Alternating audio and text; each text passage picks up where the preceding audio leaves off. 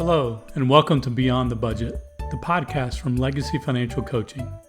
I'm Greg Carroll, your dedicated coach and legacy architect. Here, we go beyond balancing the numbers to explore the strategies, mindset shifts, and habits that lead to true financial freedom and lasting wealth.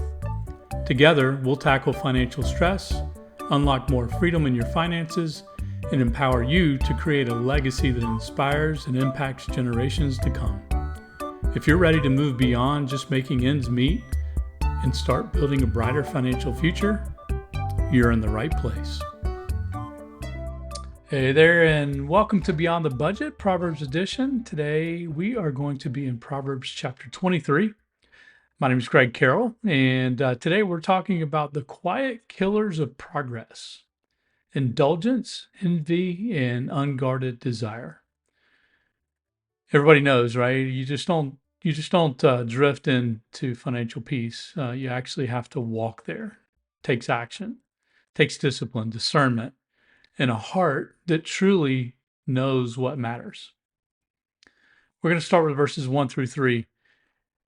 When you sit down to eat with a ruler, consider carefully what is before you, and put a knife to your throat if you are given to appetite. Do not desire his delicacies, for they are deceptive food. Appetite can derail your assignment. This is pretty strong language, but Solomon's making a point here. He's like, don't lose your calling over comfort. This is not just about food. It's about indulgence of any kind, whether that be shopping sprees, impulse spending, overconsumption in the name of treating yourself, keeping up with the Joneses, buying the bigger house, or even buying the nice cars. He's warning us, be alert when you're around luxury. It's easy to let down your guard and let up your discipline. Most of us listening won't be in the presence of a ruler like what we are probably imagining when we're reading this verse, but you've probably been around some pretty wealthy, worldly people, or at least you follow them on social media. Now, hear me on this. This proverb is not saying wealth and stuff is wrong. Remember who the author of Proverbs is. It's Solomon, the wealthiest person to ever live. What is wrong is when we put these things before God and we start to live and start to believe the lie that wealth and stuff will, as my pastor says, fully and finally satisfy. That's idol worship. Appetite isn't just physical, it's emotional. Left unchecked, it steals your margin and clouds your mission. Verses 4 and 5 says, do not toil to acquire wealth. Be discerning enough to desist, for riches certainly make themselves wings. Wealth is not the problem. The chase is. So stop chasing what disappears. Start chasing the things that are eternal. When your desire for more becomes your driver, you'll end up exhausted and anxious and empty. This doesn't mean that not to work hard. It means don't worship the results. True financial peace isn't found in stacking your wealth. It's about walking with wisdom, following after the things of God, trusting in Him. Verse 17 says, let not your heart envy sinners, but be zealous for the fear of the Lord all the day. You know, it's tempting to compare. They have a nicer house. They went on vacation again. They seem to spend freely and never struggle. But Solomon reminds us, you don't know what's behind the curtain. That kind of envy pulls you off your path. It fuels poor decisions and chips away at your contentment. Verse 18 promises, surely there is a hereafter, and your hope will not be cut off. Let me remind you that prosperity is brief. It all ends when you die or when your money runs out, whichever's first. Pursue righteousness. Stick with the path of wisdom. It pays off. And it pays off for all of eternity.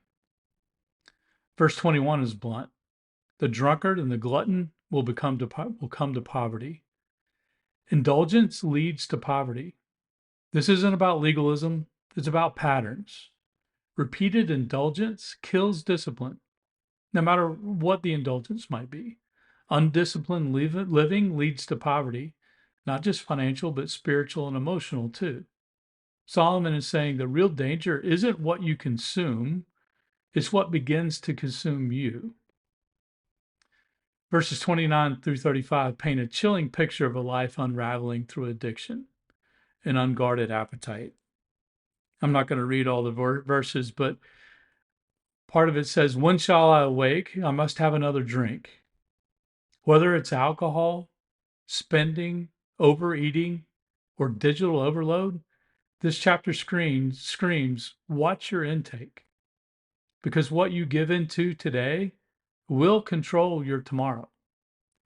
The desire that you don't guard will one day become the regret that you didn't expect. So guard your desires at the gate. Here's your challenge for the day. Where have you been giving in to indulgence, financial or otherwise? Are you chasing wealth, or are you walking with wisdom? And what boundary needs to be established or reestablished to protect your peace and your future? Pray this prayer. Lord, teach me to guard my desires, to walk with discipline, and to live for what truly lasts. Well, that's it for episode 23 of Beyond the Budget. Tomorrow in Proverbs 24, we'll explore building wisely, the power of resilience, and why consistency beats intensity every time. Until then, guard your heart, steward your appetite, and protect your destiny. Be free. Thank you for tuning in to Beyond the Budget. I hope today's episode gave you practical steps and encouragement to build a stronger financial foundation. Remember, your legacy starts with the choices you make today. If you enjoyed this episode, don't forget to subscribe, leave a review, and share it with someone who might benefit. And as always, if you're ready to take your finances to the next level, schedule a no-cost initial strategy session. The link is in the show notes.